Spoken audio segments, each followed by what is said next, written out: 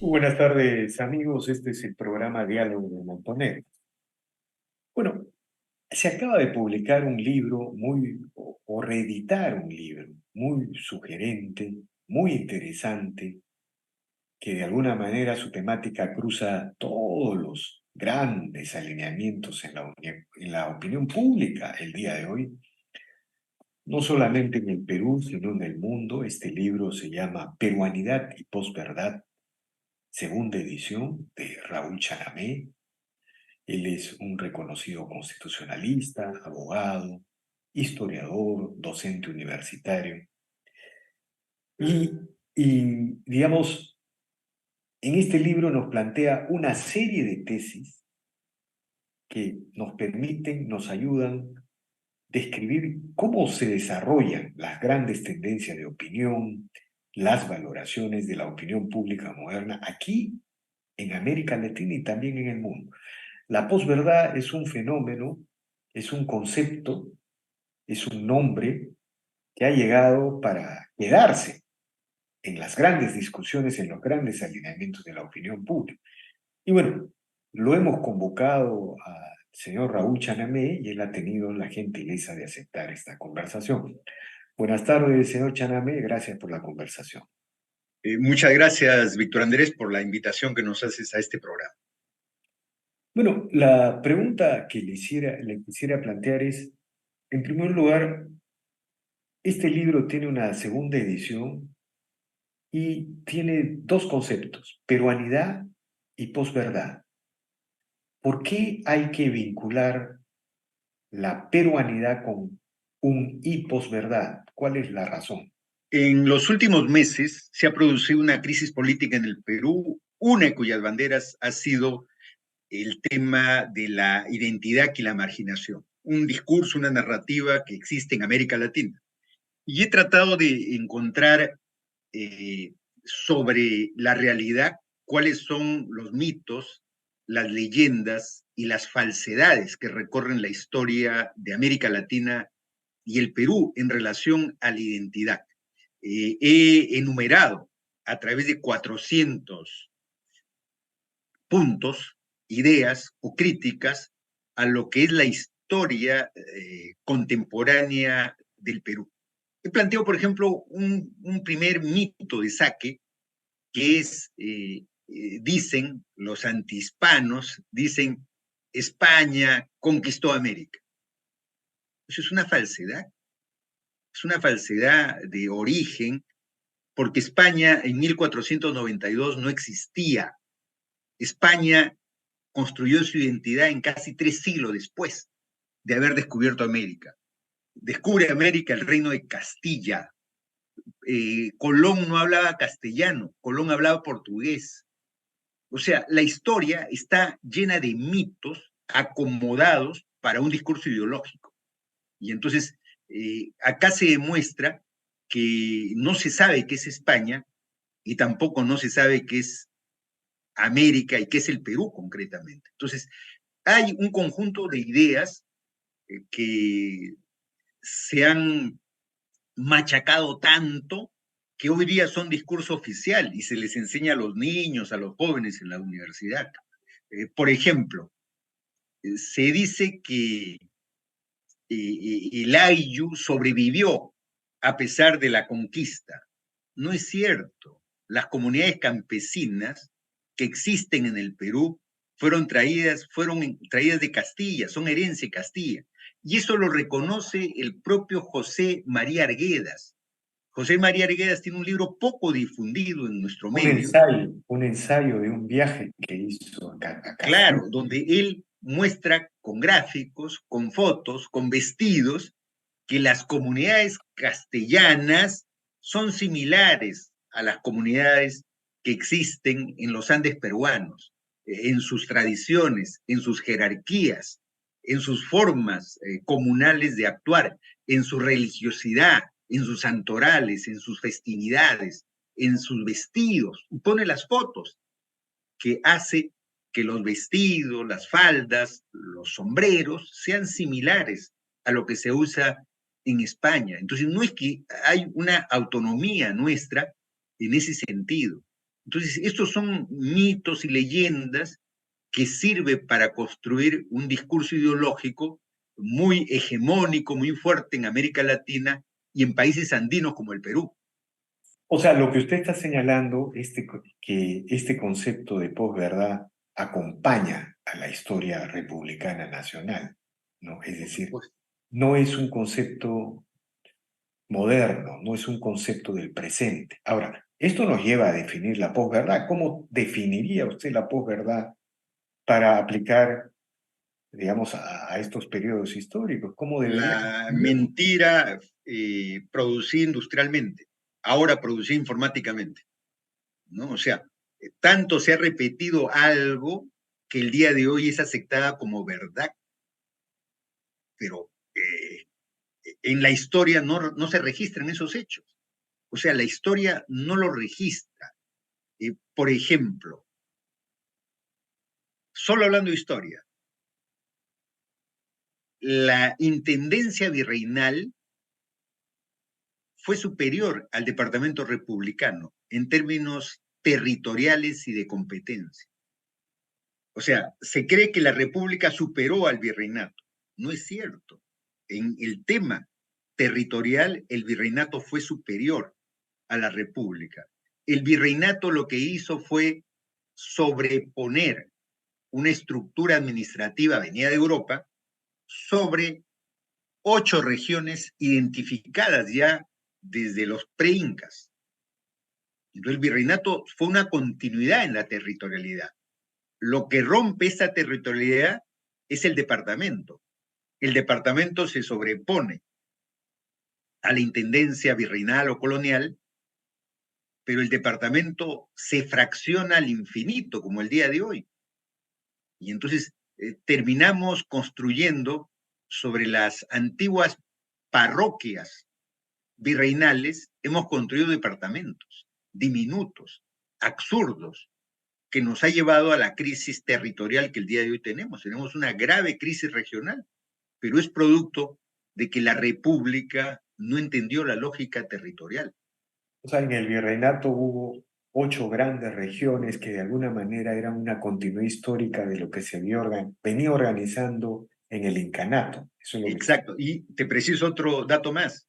El virreinato era 4 veces más grande de lo que es el Perú de hoy.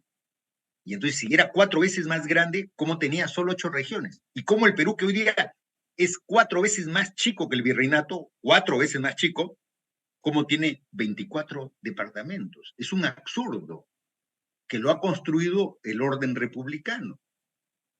De acuerdo, muy interesante, muy interesante. La otra cosa que quería preguntarle, señor Chanamé, es, bueno, entonces, esta idea de las narrativas que esconden las realidades, de las narrativas que, digamos, crean los mitos y leyendas en la opinión pública, es parte de esta identidad criolla republicana, ¿no? Por ejemplo, este, ya que usted ha mencionado el virreinato, a mí me viene a la mente los ejércitos en las batallas de Ayacucho y Junín. Siempre creemos que hay un ejército libertador y un ejército español y virreinal, pero lo que hemos olvidado, lo que ignoramos o lo que no sabemos, es que el 90% del ejército español provenía del mundo indígena, del Alto Perú, en las dos batallas, ¿no es cierto? Entonces, de alguna manera uno podría decir, en la medida en que seamos capaces de construir de superar este reino de la posverdad, estaremos en la posibilidad de construir una república real y viable en el país. Claro, yo creo que hay que superar un conjunto de mitos que nos hacen daño colectivamente. Por ejemplo, ¿cuándo se descubrió la peruanidad? O sea, ¿quiénes descubrieron la peruanidad? ¿Quiénes alentaron la peruanidad? Y ahí hay otro mito en relación a los protagonistas. Aunque parezca mentira y nos pueda doler, los grandes constructores de la memoria sobre el Perú fueron los españoles. Y yo lo menciono. En la república trata de ocultar lo nativo. No conoce el pasado. La república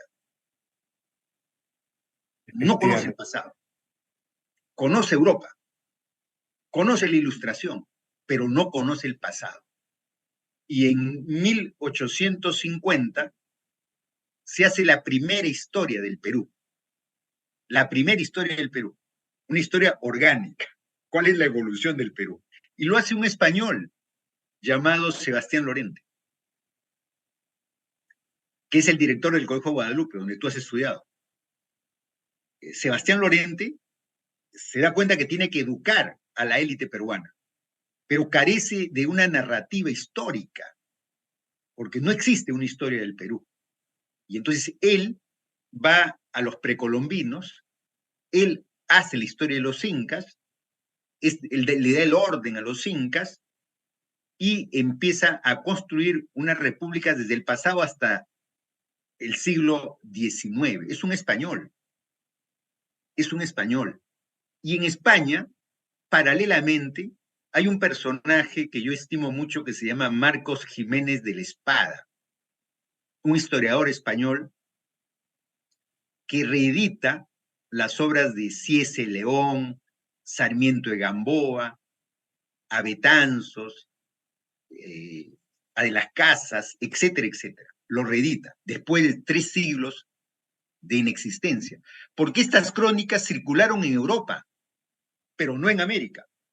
Circularon en Europa, pero no en América. O sea, en América se desconocía estas crónicas.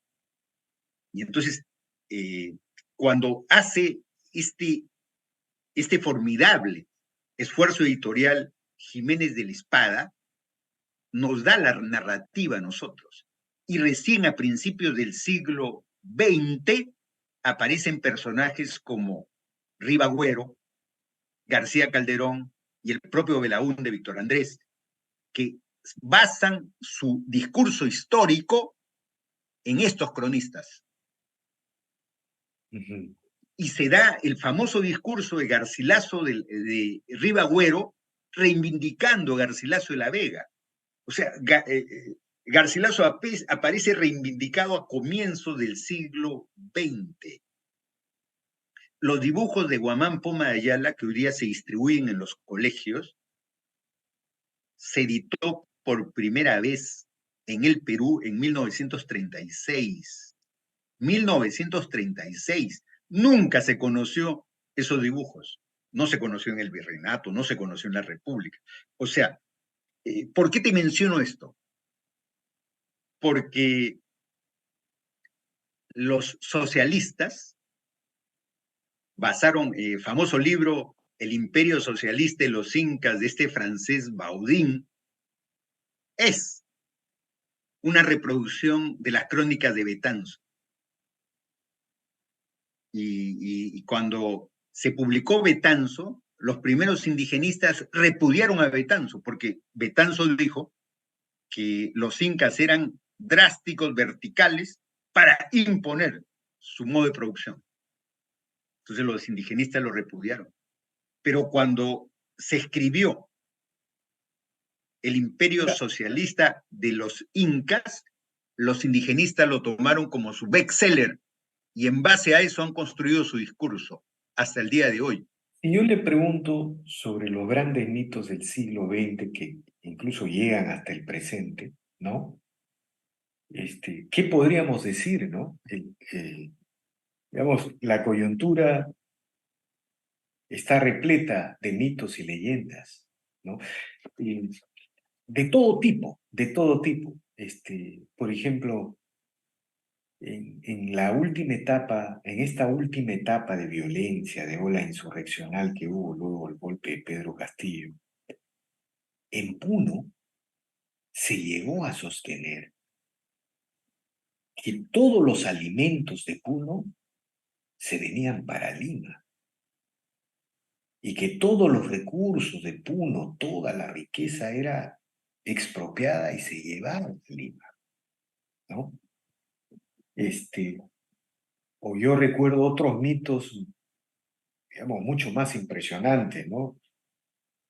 Claro que ya son más estrategias narrativas, ¿no? Por ejemplo, se dice que el golpe de Castillo, o sea,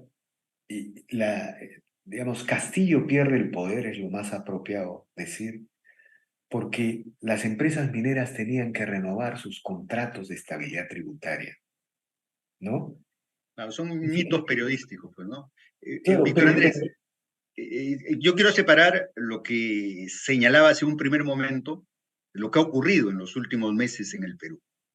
O sea, ya construir el consenso sobre el pasado precolombino ha sido un avance en la identidad peruana, ¿no? O sea, reconocernos que somos una mixtura de un conjunto de culturas que incluso estuvieron antes de los incas, ¿no? Los chancas, los chimú, los nazca, los paracas, ya eso es un avance. Pero ¿qué ha ocurrido en pleno siglo XX? La política ha hecho que renazcan discursos precolombinos. Han aparecido la nación aymara, la nación chanca, ¿no? Un conjunto de identidades, entre comillas, ya superadas. Y entonces ahí nos demuestra que los que deberían tener el discurso más avanzado son los más retardatarios, porque nos están llevando al hecho prenacional, ¿no?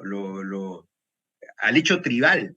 Entonces hay allí algo, creo, capital, porque la peruanidad, que es esta unidad que se ha construido en los últimos 500 años.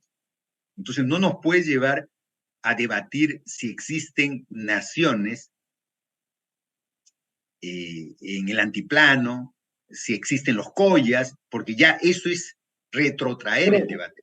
pero, digamos, algo parecido también sucedió en España, ¿no? Con las nacionalidades, ¿no? Claro, Este, Cataluña, ¿no? claro, digamos, hay momentos en que las sociedades involucionan, ¿no? Caminan hacia atrás. Este, quizá ya esto como tema final, quizá el gran problema del Perú es que, digamos, las migraciones de mediados del siglo pasado, las reformas económicas de los 90, la, han construido algo inédito en cualquier país de América Latina, ¿no? Es decir, este es uno de los pocos países del mundo en que ha habido una migración interna como lo que ha habido. Los Andes se han vaciado, porque ahora solo el 20% está en el área rural, y todos se han venido a la costa y han construido a Lima como la ciudad andina más grande. Quizá el gran problema del Perú es que toda esa emergencia, toda esa potencia mestiza, cultural, vibrante, ¿no? No se está expresando en un nuevo sistema político, en una nueva representación política, en una nueva organización estatal. Incluso en la cultura, los periódicos siguen siendo los periódicos del siglo XIX, cuando había un Perú criollo en 3 o 4 ciudades y un mundo andino excluido. El día de hoy es todo lo inverso. Ahí está la gran clave, ¿no? Es decir, Claro, lo cholo es el gran fenómeno de los últimos 60 años, esto que se ha construido, que es un conjunto de identidades que se han reunido en el área urbana y que hoy día están también disputando en el ciberespacio, en lo que yo denomino el cibercapitalismo, ¿no? Que es este nuevo modo de producción económica que no tiene respuestas. Eh, por ejemplo, yo planteo en una de mis tesis, es que acá en el Perú, en relación al tema de la informalidad, también hay mitos, ¿no? El mito que todo lo informal es bueno, ¿no? Tampoco, ¿no? Yo creo que al interior de la informalidad hay una lucha de clases entre pobres, ¿no? Entre aquellos que practican la economía informal, la tala, que están en el gasterismo regional y una emergencia progresista, lo que denomina Arellano, pues a los emergentes progresistas, las nuevas clases medias que han surgido de estos segmentos y hay una pugna entre estos dos sectores. No, lo extremo, lo gasteril, con discursos básicos, creo que lo expresaba bien Castillo. Creo que Castillo era la síntesis de eso, de esa informalidad política, económica, laboral, que viene de estos espacios de pequeñas reivindicaciones, ¿no? Y triunfaron, tienen éxito porque vienen de abajo, son cobrizos, ¿no? Son mediáticos, o sea, usan estos instrumentos, pero carecen, pues, de este discurso integrador, ¿no? Y la clave de esto es quién trae el discurso que nos integre. Efectivamente. Ahora, una pregunta final, señor Chanamé. La posverdad parece ser un atributo de la historia peruana, aunque es un término posmoderno, ¿no? Posverdad, ¿no? Pero también parece ser parte o un atributo, una característica de la historia latinoamericana. Aquí en el Perú, por ejemplo, se inventó fujimorismo, antifujimorismo. En Chile se inventó pinochetismo, antipinochetismo. Y en Bolivia se inventó uribismo y antiuribismo. Y mediante esas divisiones entre el bien y el mal, entre ángeles y demonios, la izquierda llegó al poder, ¿no? Es Claro, parte del ser latinoamericano, ¿no? claro, recuerda que en América Latina se da la literatura fantástica, pues. La literatura fantástica tiene un éxito universal, porque los hombres quieren estas formas sensibileras de entender la realidad. Y la política tiene eso en América Latina. La política sigue siendo tropical, ¿no? Existe el peronismo, el chavismo, ¿no? Que son expresiones de esto que es fantástico, ¿no? Fantástico. O sea, países quebrados que ideológicamente tienen émulos en otros países. O sea, ¿cómo te puedes explicar que matemáticamente, estadísticamente, económicamente, Venezuela es inviable? Pero Venezuela tiene seguidores en varios países de América Latina. O sea, esto es solamente la literatura fantástica de García Márquez puede explicarlo, ¿no? Entonces, Realismo mágico. claro, entonces creo que estamos en este debate que es importante para los peruanos, es importante, creo que eso es lo no resuelto en el Perú, ¿no? Una economía que funciona, pero nadie la puede encabezar, nadie la puede explicar. ¿Cómo funciona la economía? Es la pregunta de toda América Latina. ¿Cómo funciona la economía peruana?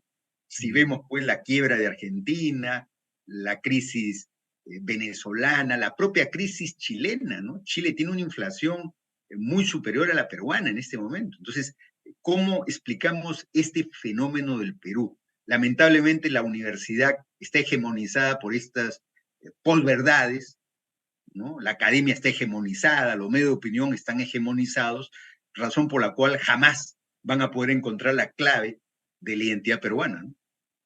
De acuerdo, señor Chanamé, infinitamente agradecido por esta conversación y seguiremos conversando más adelante. Muchas gracias. Gracias, Víctor Andrés. Bien, amigos, esta ha sido una nueva edición de Diálogo del Montonero. Regresamos en la siguiente edición. Gracias.